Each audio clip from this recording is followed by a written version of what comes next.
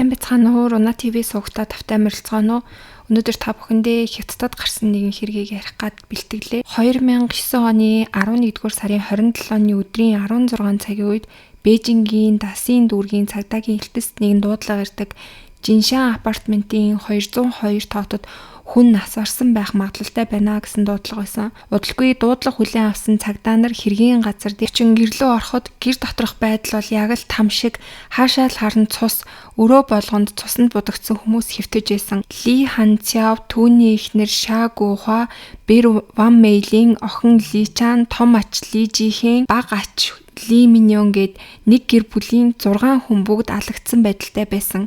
Тэдний хүзүү хөвлийн хэсэгт хурц зэвсгээр учруулсан мэт олон тооны шарах байсан бөгөөд задлан шинжилгээгээр үхлийн шалтгаан нь их хэмжээний цус алдалт байсан нь тогтоогддог. Бидний биеийн байдал ялзарлын төвшинг харахад хамгийн багадаа насураад 4-5 хоногийн хугацаа өнгөрсөн бололтой харагдаж байсан. Өрөө, зочны өрөөний шал бүгд цусаар улаан болсон. Мөн зочны өрөөний шалыг цэвэрлэж хэргийн уул мөрийг арилгах гэж оролцсон мэт цус арчсан уул мөрч байсан. Тэмцэл болсон шинж тэмдэг байсан ч хаалга цонхонд гаднаас хүчээр нэвтэрсэн уул мөр байгаагүй тул гадны хүний хийсэн хэрэг биш, ойр дотных нь хүний хийсэн хэрэг байх магадaltaй байна гэж харцгаасан. Цагдаа нар хин гэрт орж гарсныг мэдхийн тулд байрны CCTV бичлэгийг шалгаж үздэг. Тэгэхэд 11-р сарын 24-ний өглөөний 8 цагт нэг эрэгтэй хогийн сав руу хог хаяад байрны хорооллоос гарч яваад дүрс бичигдсэн байсан.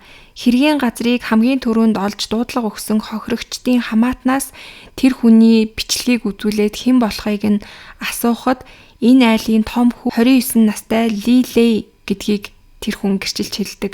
Гэр бүлийнх нь нас орсон гэж тооцогдож буй цаг хугацаа болон Ли Лэй гэрээс гарсан цаг бараг давхцаж байсан. Тиймээс цагдаа нар Ли Лэйг гол сэжигтнээр зарлаж түүний мөрийг мөшгөж эхэлцгээдэг. Хэрэг гарснаас хойш 3 өдрийн дараа тэр Шинжэн хотод түр саатсан бөгөөд дараа нь Хайнан мужийн Сааны хот руу явсан гэдэг нь тодорхой болдог.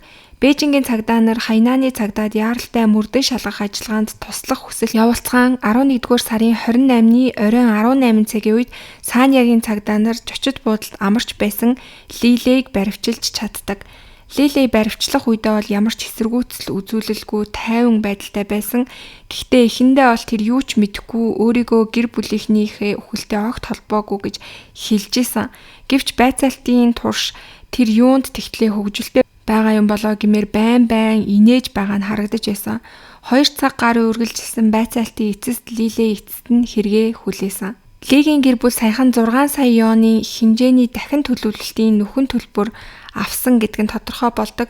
Цагдаа нар энэ мөнгийг тойрсон зөрчлөөс болж хэрэг гарсан гэж ихэндээ таамагласан ч Ли Лэйн тайлбар бол арай өөр байсан. Одоо болохоор яг Ли Лэйн өгсөн тайлбар дээр тулгуурлаад юу болсон талаар нь ярьж эхлэе.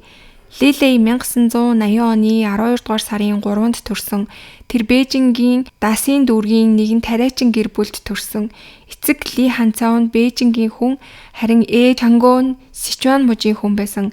Ли Лэй багадаа ажилтай завгүй эцэг эхийнхээ оронд өвөө эмээгийнхээ гар дээр өссөн. Бага сургуульд орохдоо л эцэг эхтэйгээ хамт амьдарч эхэлсэн. Тэр үед өөрөөс нь 7 насаар дүү Ли Чан гэдэг дүүтэй гэдгээ аав ээж хоёр дээрээ очиод мэдсэн байгаа. Ли Лэй сурлагаар тийм сайн хүүхэд байгаагүй, сахилахгүй, байнга асуудал тарьдаг байсан бөгөөд асуудал тарих болгонд нь аав Ли Ханцяв нь түүнийг зодож эсвэл гэрийнхээ төрнийхэнд хөлөөр нь дээш нь харуулж уйдаг байсан.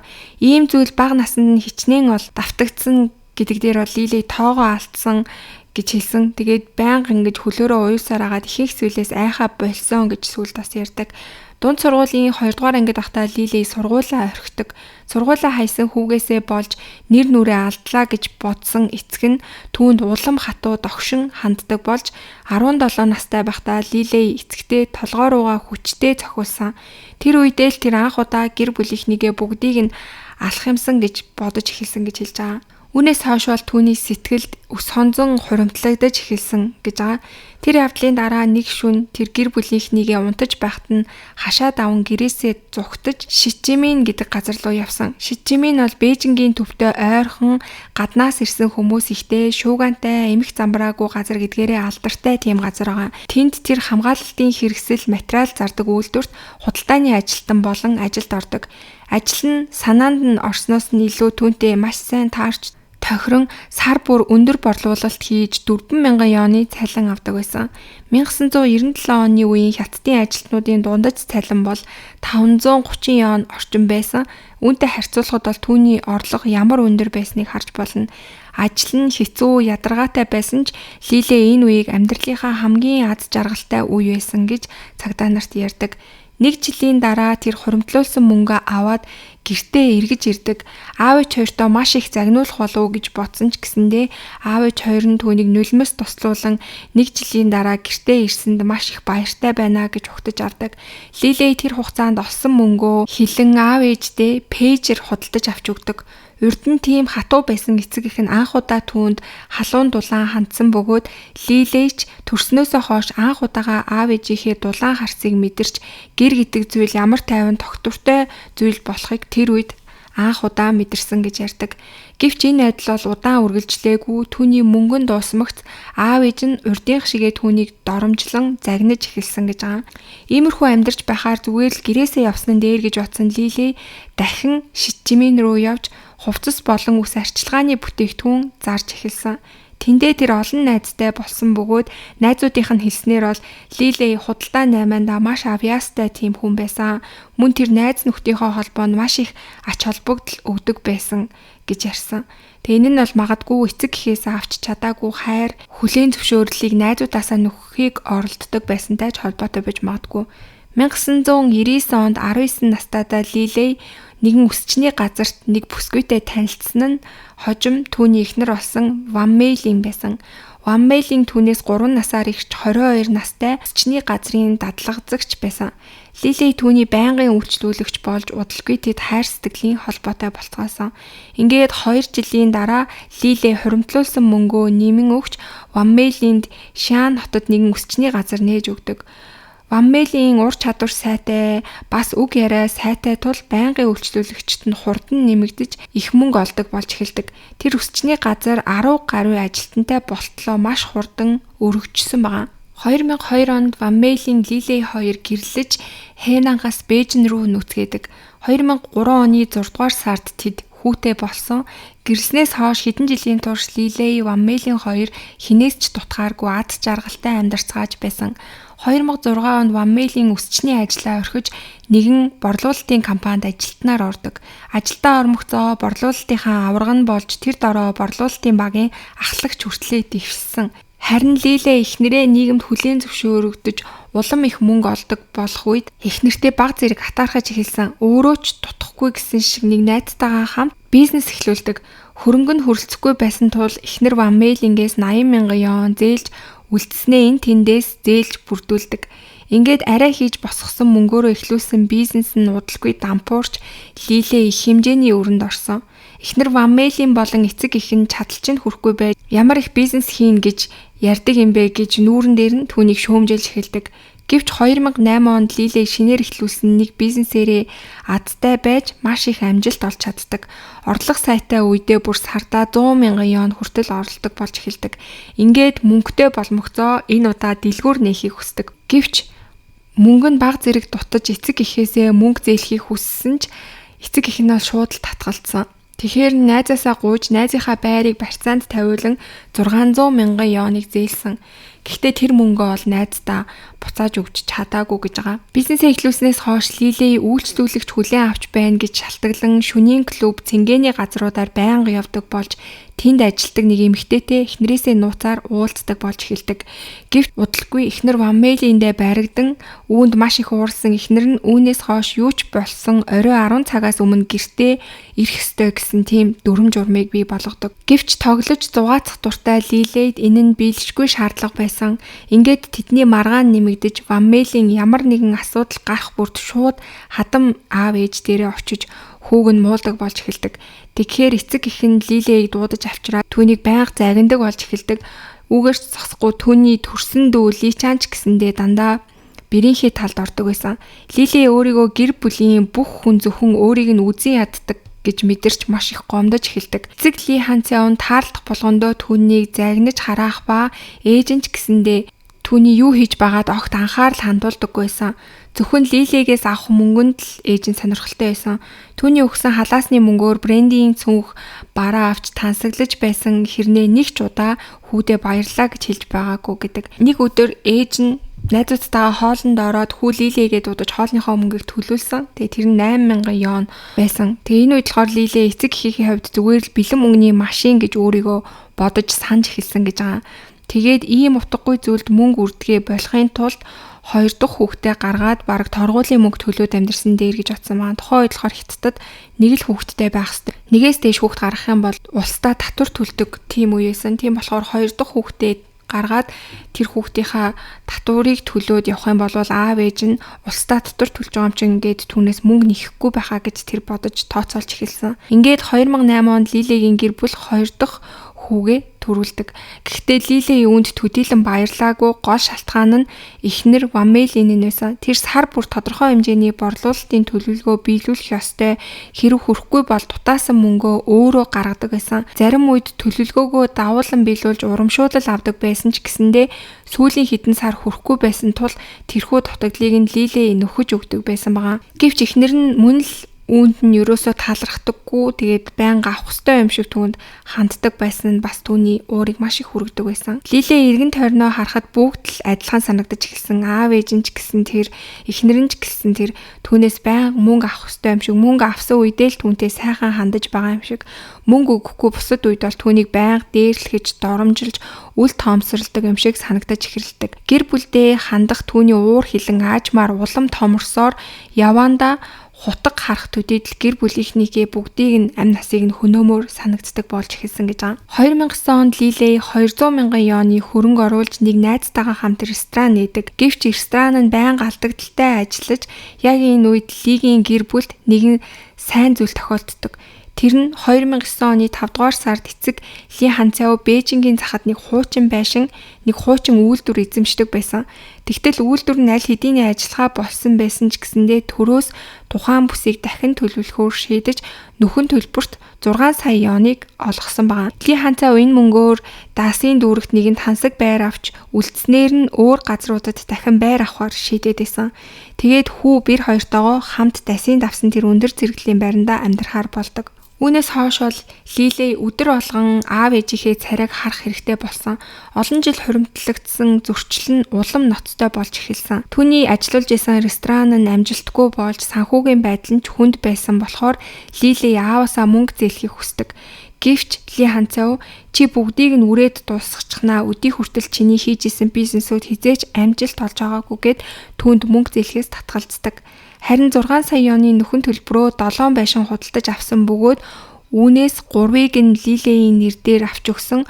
Гэвч Лилид бол яг тэр мөчөд хэрэгтэй байсан зүйл нь байр биш бэлэн мөнгө байсан. Лили бодохдоо аав маань дандаа л өөрийнхөөрөө байдаг, жинхнээсээ яг хэрэгтэй болсон үед хизээч надад тусалдаггүй гэж аавдаа улам илүү дургүй болж эхэлсэн.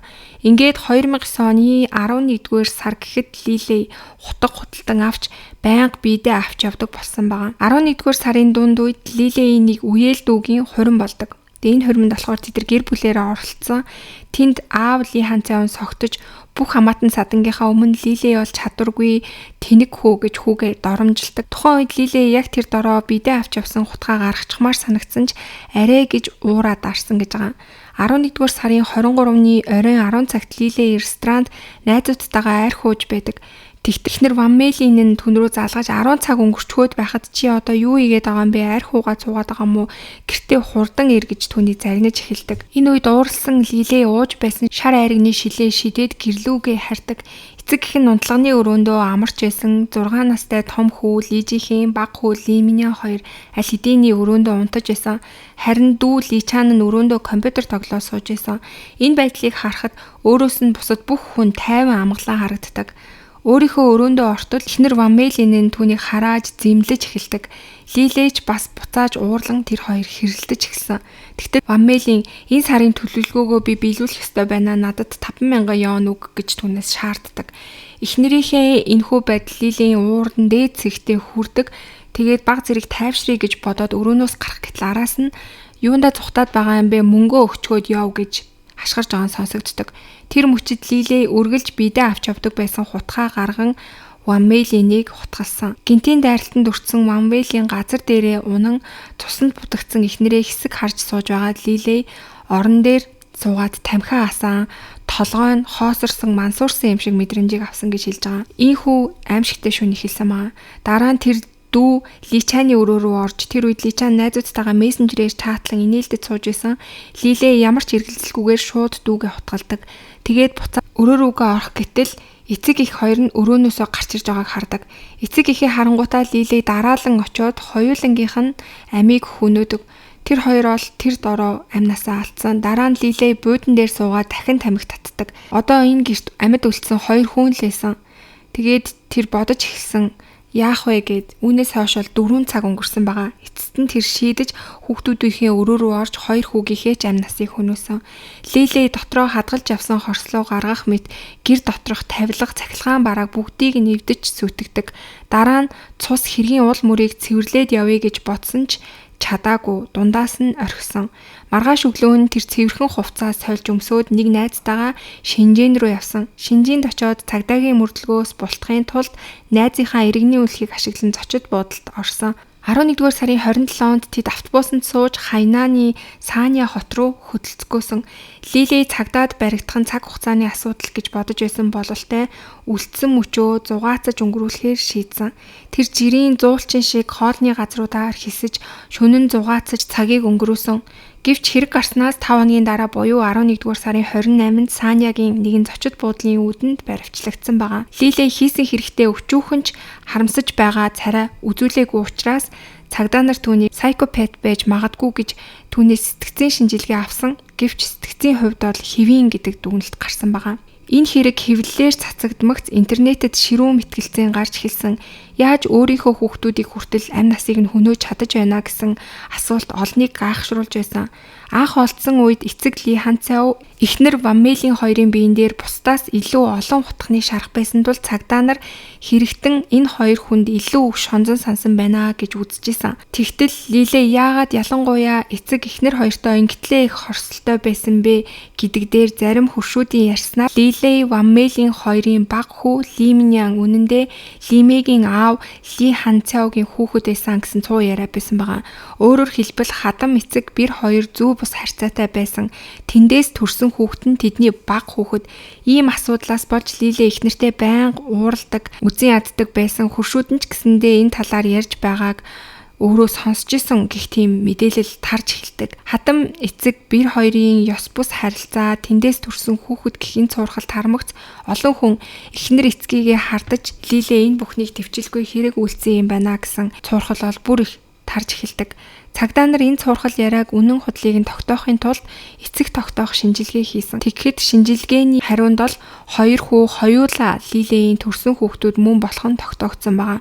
Өөрөөр хэлбэл Лилей зүгээр нэг хардлага хорслын улмаас эцэг эхнэрээ буруугаар сэрдэж эцэг нь өөрийнхөө төрсөн хүүхдүүдтэй хүртэл хөнөөсөн болж. Тэгэхээр энэ цуурхал бол бүгдээрээ худлаа гэдг нь тогтоогдсон. Тэгэхээр Лилей бол төрсөн хүүхдүүдээ хөнөөсөн гэдг нь тодорхой болсон гэсэн үг байна.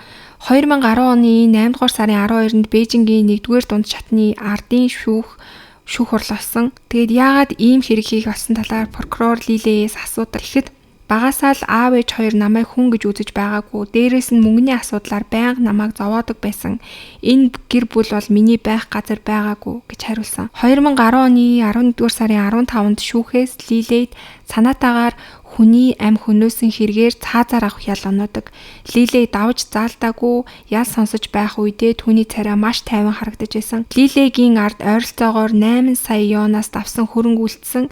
Шүүх энэ хөрөнгийг төрөл садангуудад нь хуваан шилжүүлж тэнцүү хуваарлсан. 2011 оны 9-р сарын 16-нд Лилейн ял нь гүйцэтгэгдэж тэр цаазаар ахвалсан. Цаазын талбай руу явах замдаа тэр эхнээсээ эцэс хүртлээ маш тайван байсан гэж тухайн үед харсан хүмүүс нь ярьсан байсан. За ингээд өнөөдрийн энэ та бүхэнд бэлтгэж хүргэсэн хэрэг маань энд хүрээд өндөрлж чинь. Тэгээ өнөөдрийн хэрэг бол маш аимшигтай харгас хэрэг байлаа. Гэр бүлийнхнийгээ 6 хүний амь насыг хөнөөсөн маш аимшигтай ийм хэрэг байлаа. Тэгээд энэ хэрэг дээр бол зохих ёсны шийтгэлээ аваад Лилей гэсэндээ удалгүй цаазаар ахуулах ялаа бол хүлээсэн. Тэгээ энэ хэрэг дээр хамгийн харамсалтай нь юу ч мэдгүй 2 бяцхан хүүхдийнхээ амь насыг хүртэл хөнөөсөн гэдэг нь бол үнэхээр аимшигтай. За тэгээ та бүхэн бас энэ нэрийг сонсоод өөрт төрж байгаа сэтгэлдлүүдээ комент хэсэгт бичиж хуваалцаарай. За ингээд өнөөдөр ч гэсэндээ миний бэлдсэн дугаарыг сонссон та бүхэндээ маш их баярлалаа. Сувг дээрээ лайк, subscribe дарахаа битгий мартаарай. Удахгүй эргээд дараагийнхаа дугаараар уулзцгаая.